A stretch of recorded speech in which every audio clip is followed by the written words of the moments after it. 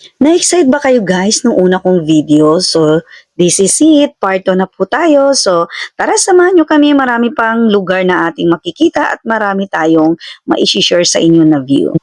Ayan guys, hindi po usual sa anak ko na makakita ng pato or ng duck. So, ayan, maraming duck po pala dito. So, ayan, napasilip kami dyan. Meron pang natutulog dyan guys. So, alam namin kung paano na matutulog yung mga duck. Nakatayo lang pala sila o gano'n. Ang dami diyang mga turista guys. O di ba? Turista ang tawag din sa amin. So ayan, marami pang mga view na pwede nyo makita dito. Sobrang lawak talaga nitong tourist farm na to. Di ko masabi kung ilang hektarya, basta sobrang lawak as in. So kung iikutin mo talaga, ayun, tama-tama, may malulusaw na taba sa inyong tiyan. So tara, panoorin nyo na lang. Let's go!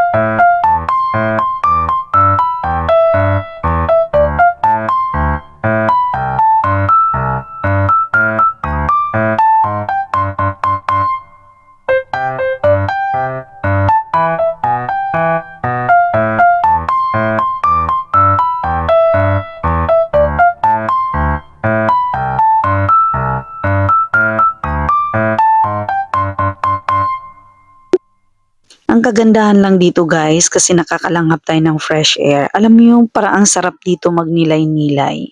Habang naglalakad ako dyan guys, parang naisip ko talaga kung gaano kaganda yung gawa ng Diyos, 'di ba? Nakaka-amaze lang talaga yung mga gawa ni Lord. Kaya diyan parang naramdaman ko yung guys na kung gaano tayo ka-bless dahil nakita natin yung mga magagandang gawa ng Diyos. Kaya super blessed tayo kasi hindi lahat ng tao nakakakita kung gaano kaganda yung gawa ng Diyos. 'Di ba? So diyan feel ko talaga kung gaano ka-blessed tayo diyan. Lalong-lalo na yung nakikita ko 'tong mga bulaklak na 'to.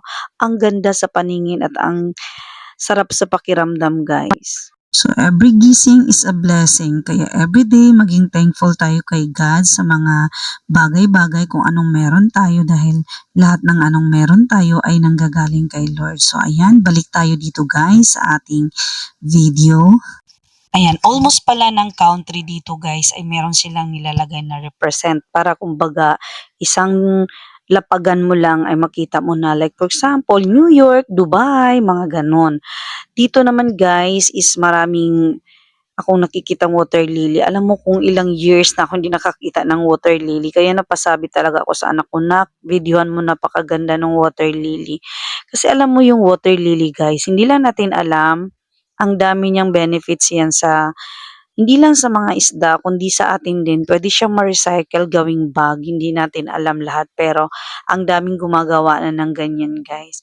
So ayan ipapakita pa namin sa inyo 'yan. Thank you din pala sa aking videographer, 'yan uminom muna saglit at ako muna humalili sa kanya. O ayan, hindi ko alam yung kung anong ano 'to, pyramid 'yan.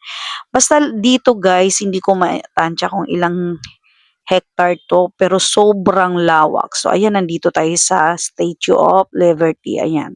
Ang dami niyang pinapakita dito guys na mga country.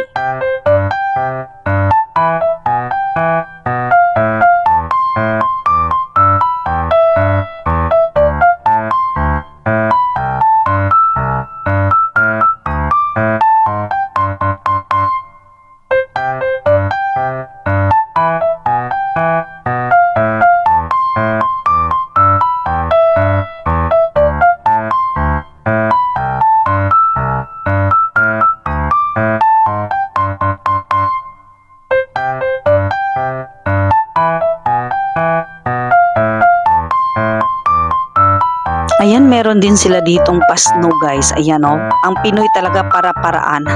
Maparaan pala.